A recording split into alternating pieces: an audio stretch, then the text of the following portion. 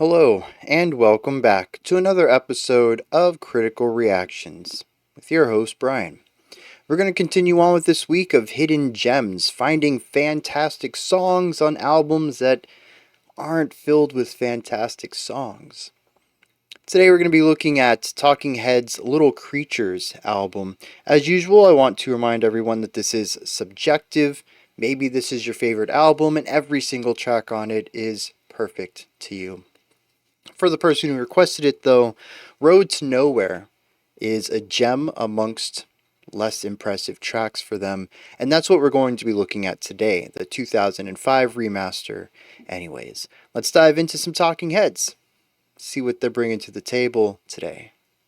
Well, we know where we're going. Beautiful. But we don't know where we've been. And we know what we're knowing, but we can't say what we've seen. And we're not little children. And we know what we want. And the future is certain. Give us time to work it out.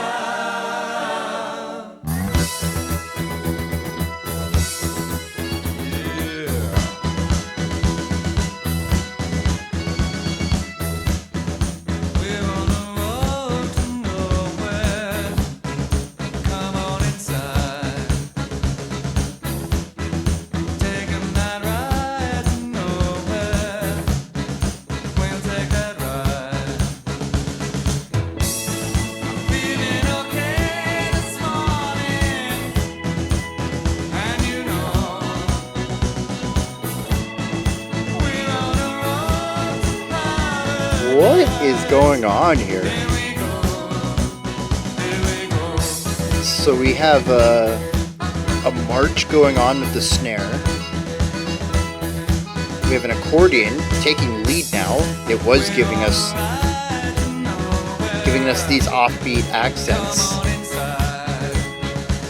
We have an organ off to the side, and then this rhythm on the guitar and bass that matches the snare pattern. I don't care. Here is where time is on our side. Take you there, take you there. Also, those really wide vocal harmonies in the intro haven't popped back up again. I'm curious how or if they're gonna get worked back in.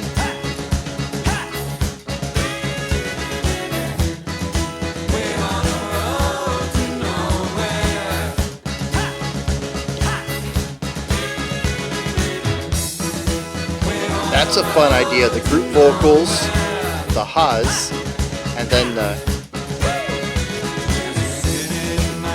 instruments coming in and wrapping it up.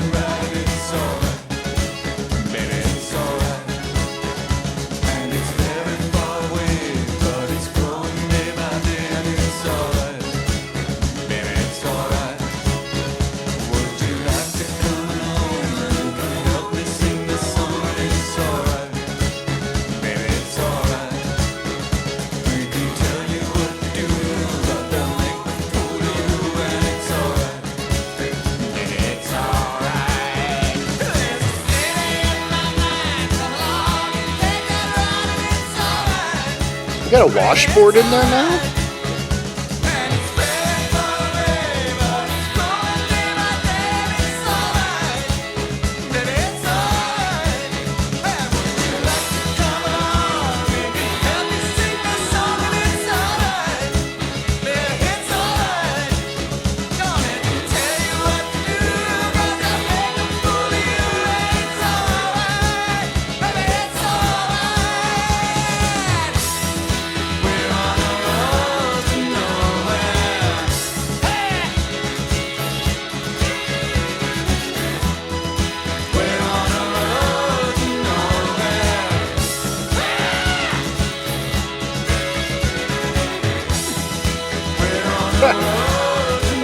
Who invited the goat?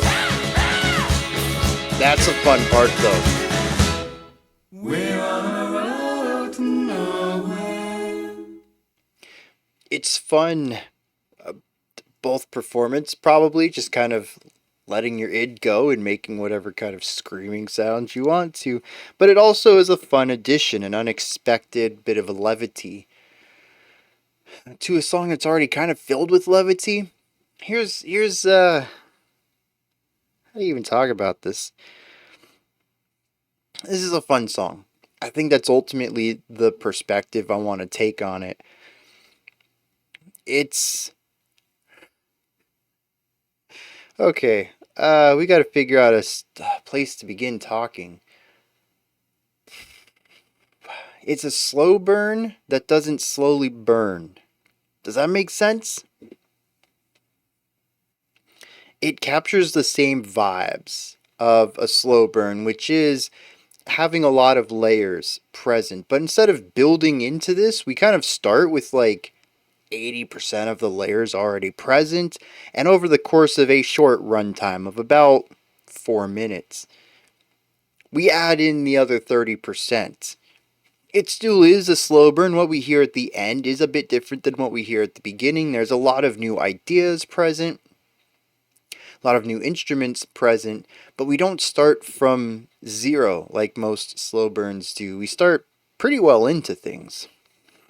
There's also the idea of verse chorus concept here, where the atmosphere, the surrounding ideas don't really change much between the verse and the chorus, but there are a variety of lead concepts that do, uh, pendulum swing back and forth here. We have the singular clean vocals in the verse, and then we have the main hook. We're on the road to nowhere. Ha! That whole section right there. That's the chorus. What's surrounding it doesn't really change, but that main idea does transition from a verse to a chorus and back. And so, from like an atmospheric perspective, there's not a lot of change going on here. A few embellishing lines, a couple of extra instruments as we progress through. But you listen to the guitars, the bass, the organ, the accordion, aside from its one moment that it got to take lead melody from the vocals for a few bars, these instruments don't change what they're doing. What they're playing from bar one is the same thing they're playing at the end of the track. And I find this to be an interesting concept. Not in and of itself, the idea of layering instrumental ideas on top of each other. Like I said, that's slow burn. The idea of crafting an entire song around one sound, again, that's kind of slow burn. Post punk loves to do that. Post rock can do that. Um, there's a lot of music that we've checked out even on the channel, not just in general, but stuff we've actually listened to that embodies that. What I find interesting about it, though, is that they have somehow created 4.5 minutes almost of one idea that doesn't get boring. I cautiously say that because personally I did find the idea getting a little long in the tooth about 3 minutes in.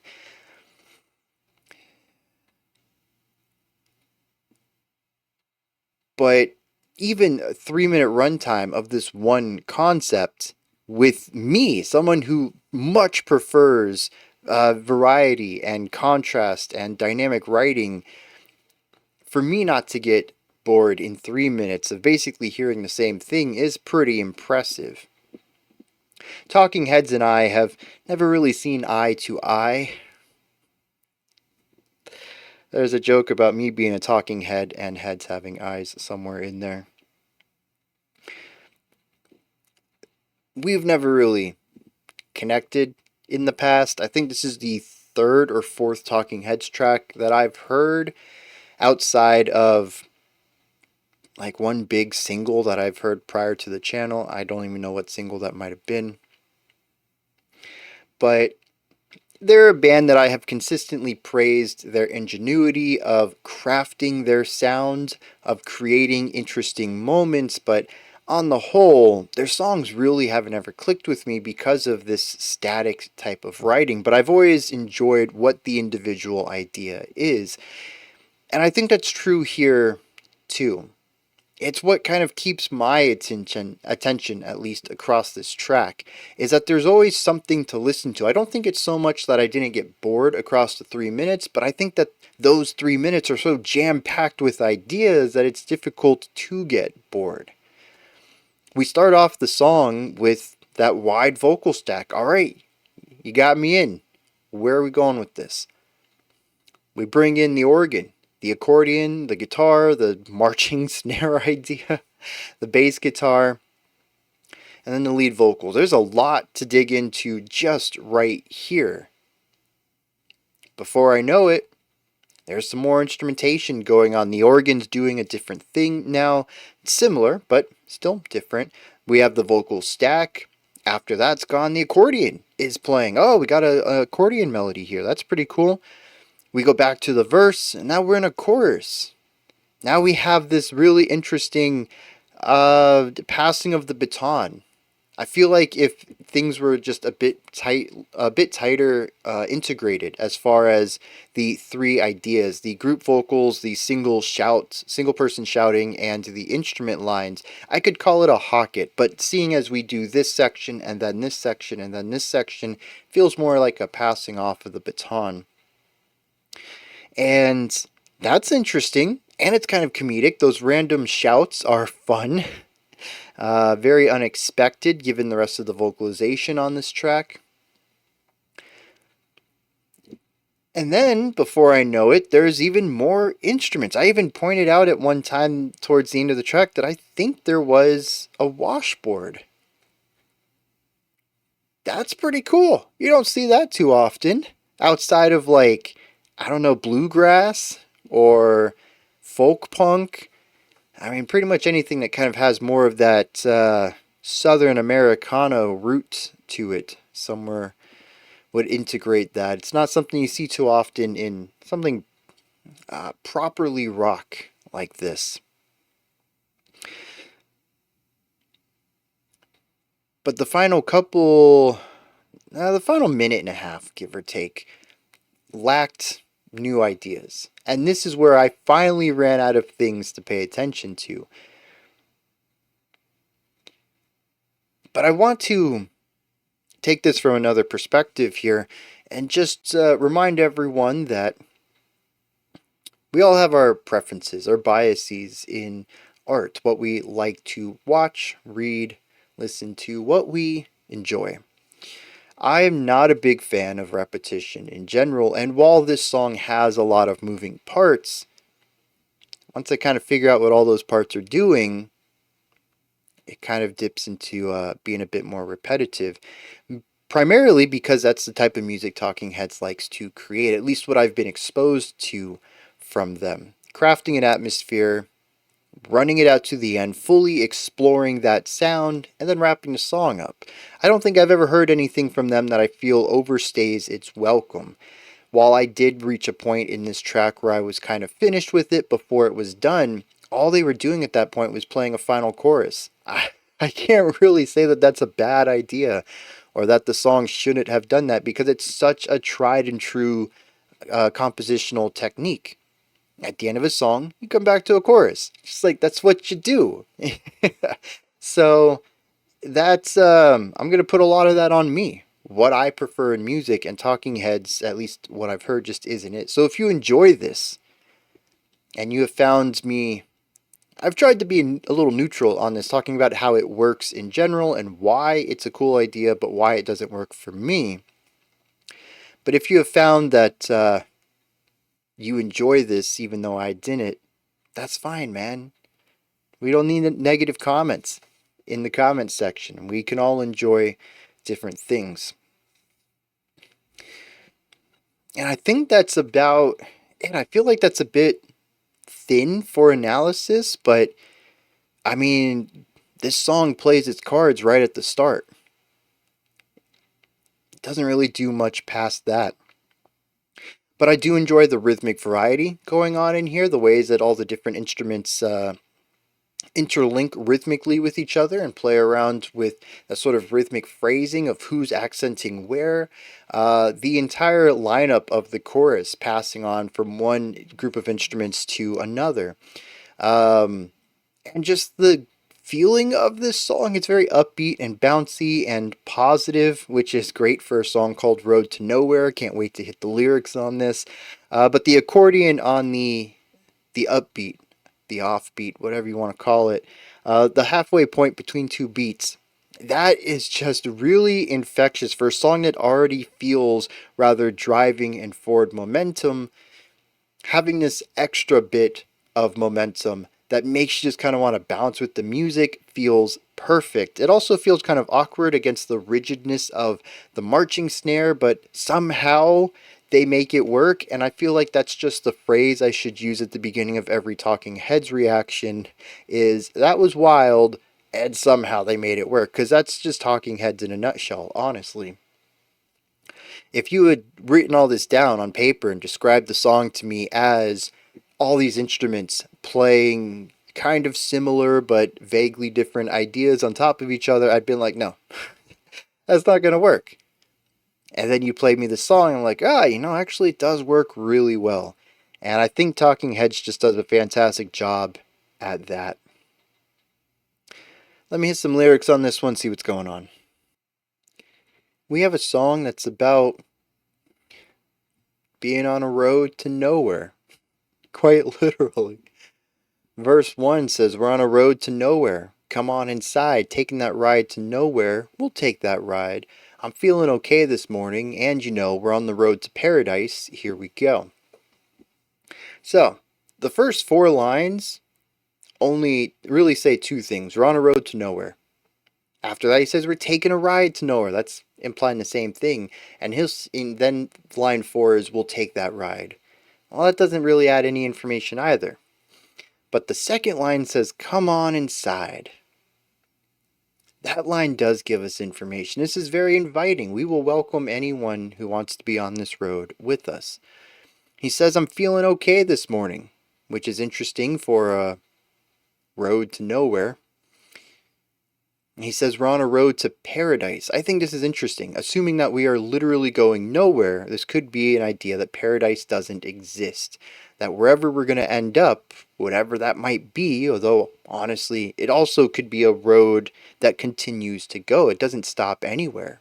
It can't. Otherwise, it would stop someplace rather than no place. And then he just says, here we go. So again, more so of just vibes than portraying specific information there. So verse 1 doesn't really say a lot of anything. Verse 2 says we're on a ride to nowhere. Taking that ride to nowhere. We'll take that ride. The same exact 4 lines that started off verse 1. Here, though, it says, maybe you wonder where you are. I don't care. Here is where time is on our side. I'll take you there. It almost seems as if this 4-line section is supposed to imply some sort of idea of releasing of control, maybe even trying to remove stress. Who cares where you are? It's almost as if to say, who cares where you are in life? I don't care if you're at the bottom. I don't care if you're at the top. I don't care if you're trying to make a 10-year plan or a 10-minute plan for your life. You can do whatever you want here. Come on the road to nowhere with us. Time's on your side. It'll be chill. That's kind of what I get out of it. And that kind of lines up with the come on inside. Just very welcoming. Let's go. Very laid back vibes is what I get out of this. And that kind of fits the overall positive bounciness of the music. It's very chill, very happy, very relaxed in an energetic way.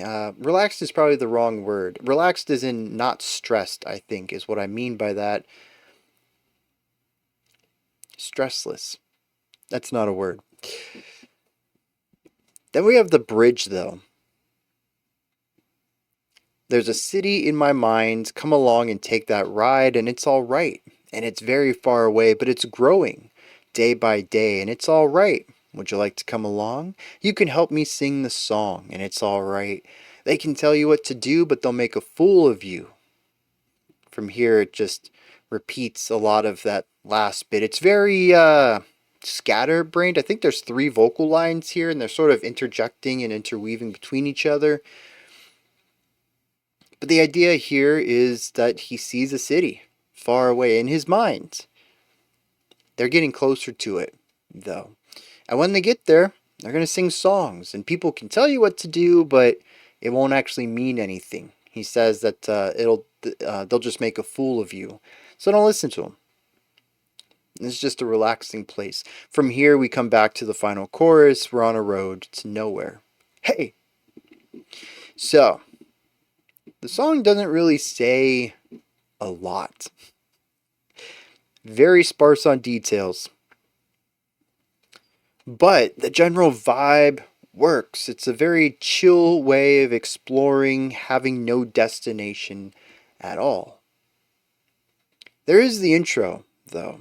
The wide vocal harmonies that we saw there. It says, well, we know where we're going, but we don't know where we've been. And we know what we're knowing, but we can't say what we've seen. And we're not little children, and we know what we want, and the future is certain. Give us time to work it out. And it's at this point that I realized that none of this song is rhyming. And I kind of remember back to a few of the other Talking Heads tracks, and they also use this sort of a lack of rhyme scheme in the lyrics. Not all of them. But I think of, what's the song, Once in a Lifetime? Is that what it is? That one also didn't have a lot of rhyming in it. So, what's going on in this section, though? I don't know. It's kind of vague. But he says we know stuff, and we're not children. We know where we're going. We know what we know, which that's kind of another throwaway line. He says we know what we want. The future is certain. Give us time to work it out. He's just asking for a little bit of extra time, and that's sort of what this road to nowhere is all about. It even says here is where time is on our side. Now I wonder, though. Well, let me give a little context first. There's a quote in the liner notes of Once in a Lifetime, the best of Talking Heads.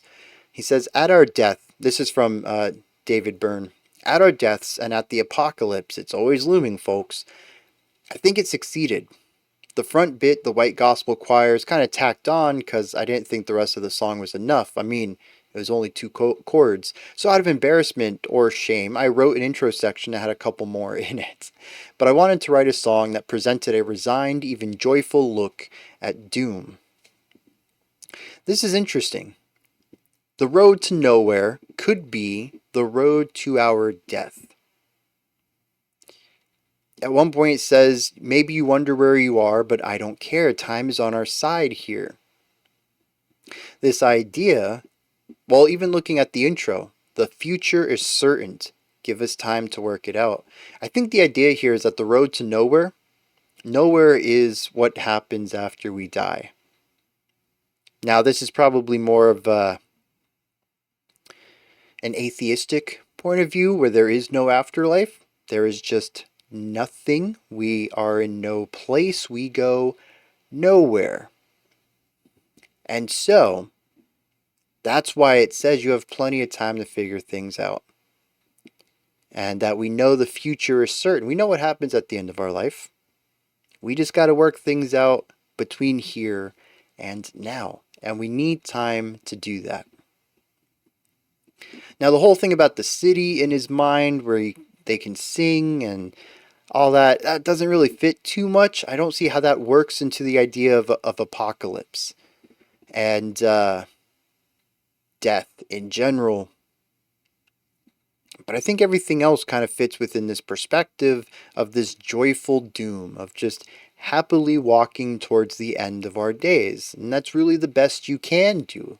It doesn't feel negative in any way. We have our time here. We should enjoy it. Eventually it will end.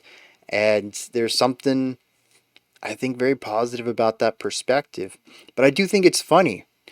He wrote a song with just two chords and he's like, oh, we need more than that. And he tacks on larger chord progressions in the intro. That kind of cracks me up, but it does solidify my idea that this song is very focused on what it does. It does its one thing very well. I like the intro, but I don't know that the song needed it. I think he should have just had a little bit more faith in what he was doing and stuck with it. Regardless, though, I think the idea of a happy marching towards the end of our days and enjoying our time on this planet is captured rather well in the music. It's very bolsterous, it's kind of party-esque, especially with all the vocal parts jumping around, the vocal shouts and stuff. It just feels like a blast. I think they captured that rather well. However, these are just my thoughts on Talking Heads' Road to Nowhere. What are yours? Did you enjoy this? Is there anything that stood out to you? Anything that you would like to add on to what I said or correct me on? Maybe you have your own interpretation of things. Please put all of that and any other thoughts you have down into the comments section. Above that, in the description box, you'll find a link to Linktree. Takes you here. You can find links to my music, ways to support the channel, a link to the Discord server, and so much more. Above that, if you could, like, subscribe, and ring the bell. I greatly appreciate all three of those. Alright, that wraps it up for this one. I'll be back tomorrow, though, 5 p.m. Eastern Standard Time, 9 p.m. UTC as usual. Until next time, remember to be critical, not cynical, of the music you listen to, and have a fantastic morning, afternoon, or evening, whenever you choose to watch my videos.